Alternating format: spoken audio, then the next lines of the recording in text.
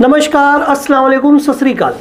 मैं हूं अख्तर हुसैन और आप हैं इस वक्त मेरे साथ न्यूज़ दिल से भारत में। दोस्तों, न्यूज़ दिल से भारत ये पूछ रहा है आप सब लोगों से कि कोरोना काल में आखिर इतना तांडव जो कोरोना मचा रहा है, उत्तर प्रदेश के हर शहरों में मातम छाया हुआ है। हॉस्पिटल के बाहर लोग अपने परिजनों को ऑक्सीजन सिलेंडर के साथ लेकर बैठे हुए हैं, उनको बेड नहीं मिल पा रहा है। काफ़ी तकलीफ़ों का सामना उत्तर प्रदेश की आवाम कर रही है, ये हम सभी देख रहे हैं। लेकिन इसी में हमारी स्क्रीन पे एक खबर है, मैं चाहता हूं कि आप लोग उसे गौर करें, क्योंकि हमारे मुखिया माननीय मुख्यमंत्री योगी आदित्यनाथ ने यह कहा है कि उत्तर प्रदेश में ऑक्सीजन बेड या अस्पताल में किसी प्रकार की कोई कमी नहीं है, पूरी तरह आपूर्ति की जा रही है।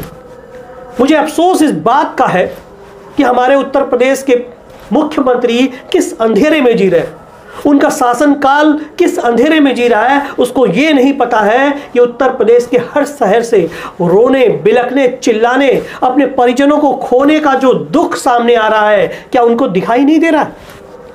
ऑक्सीजन के लिए लोग तड़प रहे हैं, क्या उनको दिखाई नहीं दे रहा?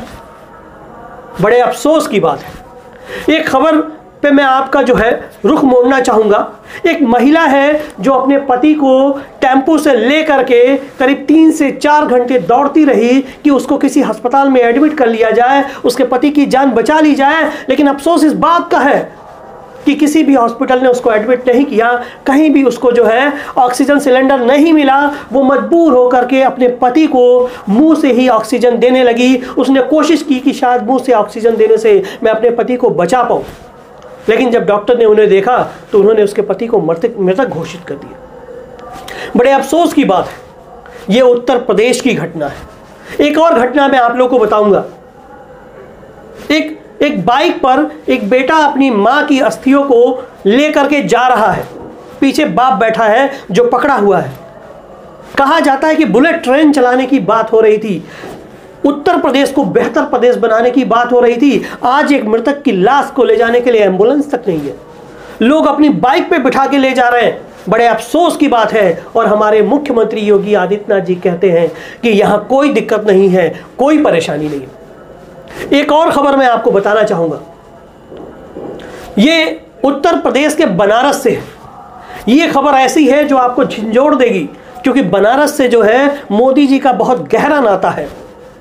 इतना गहरा नाता है कि मैं आपको बताऊं, उन्होंने कहा था कि मुझे गंगा मां ने बुलाया है, लेकिन गंगा मां की उस धरती को जो है कितनी सुविधाएं इन्होंने दी है वो आज इस कोरोना काल में दिख रहा है।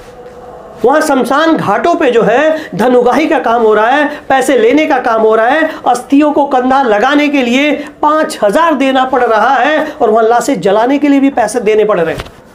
इस कोरोना काल में जहां लोग बेरोजगार हो चुके हैं, इस कोरोना काल में जहां लोगों के पास पैसे नहीं है, वहां धन उगाही की जा रही है। तमाम ऐसे उत्तर प्रदेश के शमशान घाट हैं जहां बिना पैसा दिए लाश नहीं जलाने दे रहे। क्या वो योगी जी को दिखाई नहीं दे रहा, या प्रधानमंत्री मोदी जी को सुनाई नहीं दे रहा?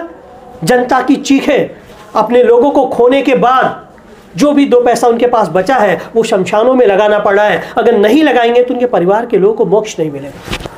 बड़े अफसोस की बात है। देखा आप लोगों ने, हमारे देश के प्रधानमंत्री, उत्तर प्रदेश के मुख्यमंत्री, ये दोनों लोग बहुत बड़ी महान हस्ती है। इनको जनता का दर्द और जनता की तकलीफें नहीं सुनाई दे रही हैं। बड़ा अफसोस होता है। मैं आपको बताना चाहूंगा कि दैनिक भास्कर की यह खबर है। दैनिक भास्कर ने अपने खबर में खुल के लिखा है कि जितने भी राज्य हैं, कोरोना से हो रही मौतों को छुपाने के लिए केंद्र सरकार का उनके ऊपर बहुत बड़ा दबाव है।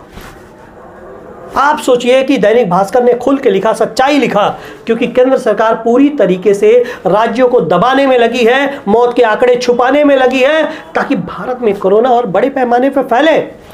बड़े अफसोस की बात है। मैं आपको बताना चाहूंगा, दुनिया के तमाम देश, चाहे वो सऊदी हो, चाहे वो यूएई हो, चाहे वो फ्रांस हो, चाहे वो जापान हो, चाहे वो अमेरिका हो, हर देश से भारत की हालत को देख करके, भारत में कोरोना के विकराल रूप को देख करके सारे देश जो है वो भारत की मदद के लिए आगे बढ़ रहे हैं। इस भारत की मदद के लिए आगे बढ़ रहे हैं, हम सभी उनके इस मदद का स्वागत करते हैं। सऊदी अरब से 80 मीट्रिक टन ऑक्सीजन की सप्लाई की जा रही है ताकि भारत में जिन अस्पतालों में ऑक्सीजन की कमी है वहां पहुंचा करके उस कमी को दूर किया जा सके और भारत में कोरोना की वजह से, ऑक्सीजन की कमी की वजह से जिन मरीजों की मौत हो रही है उसको रोका जा सके।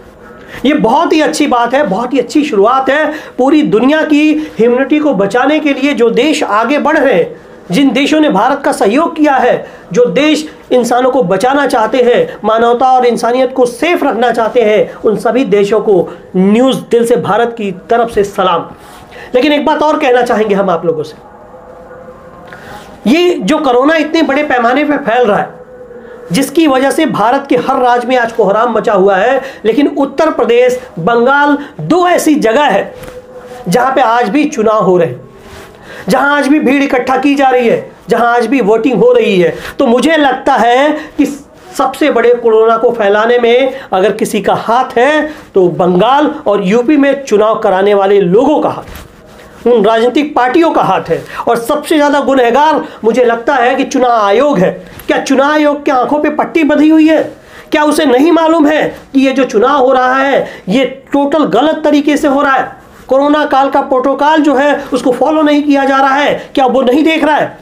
अगर ये सारी गलतियां चुनाव आयोग की हैं, नेताओं की हैं, तो हाई कोर्ट ने जैसे कहा था कि अगर ऑक्सीजन पहुंचाने में किसी ने बाधा की तो उसे फांसी पर लटका देंगे, तो मुझे लगता है कि नेताओं के खिलाफ, चुनाव आयोग के खिलाफ कानून के तहत जो है मुकदमा दर्ज होना चाहिए, इनके ऊपर सजाएं बननी चाहिए, इनको सजा मिलनी चाहिए, क्योंकि भारत में कोरोना को बेकरार रूप देने वाले यही लोग हैं। इन्हीं की वजह से आज भारत की जनता जो है तिल तिल कर मर रही है। ऑक्सीजन के बगैर, बेड के बगैर कोरोना को फैलाने का सबसे बड़ा जिम्मा इन नेताओं और चुनाव आयोग के कंधों पर है। मैं मोहम्मद अख्तर हुसैन, न्यूज़ दिल से भारत की हर आवाम से यह कहना चाहूँगा, मेरे दोस्त, अगर आपको सेफ रखना है, सुरक्षित रहना है, अपने परिवार को बचाना है, अपने देश, अपने मुल्क के लोगों को बचाना है, तो आपको सोशल डिस्टेंसिंग का पालन करना होगा, हाथों में ग्लव्स लगाना होगा, चेहरे पे मास्क लगाना होगा, और जहां भी है, जिस जगह भी है, आप लोगों को अवेयर करें, जागरूक करें, और जितनी ज़्यादा से ज़्यादा हो सके आप लोगों की मदद करें। क्योंकि नेताओं के भरोसे इस देश को मत छोड़िए, देश के आवाम को मत छोड़िए, क्योंकि ये तो उनकी जान लेने पे तुले हुए हैं। हमें और आपको इनको बचाना है। तो आइए हम मिल करके लोगों को अवेयर करें, जागरूक करें, और भारत से कोरोना को मिटाने की पहल की शुरुआत करें। एक भारत, नेक भारत, जय हिंद, जय भारत।